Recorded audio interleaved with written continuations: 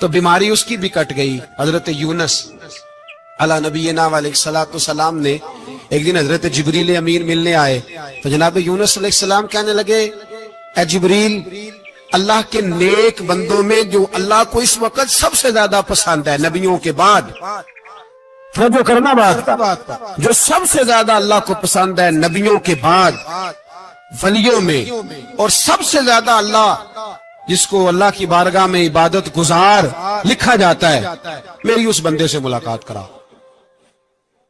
تو حضرت جبریل نے جناب یونس علیہ السلام کو ساتھ لیا تو ایک شخص کے پاس پہنچے جو آنکھوں سے اندھا تھا،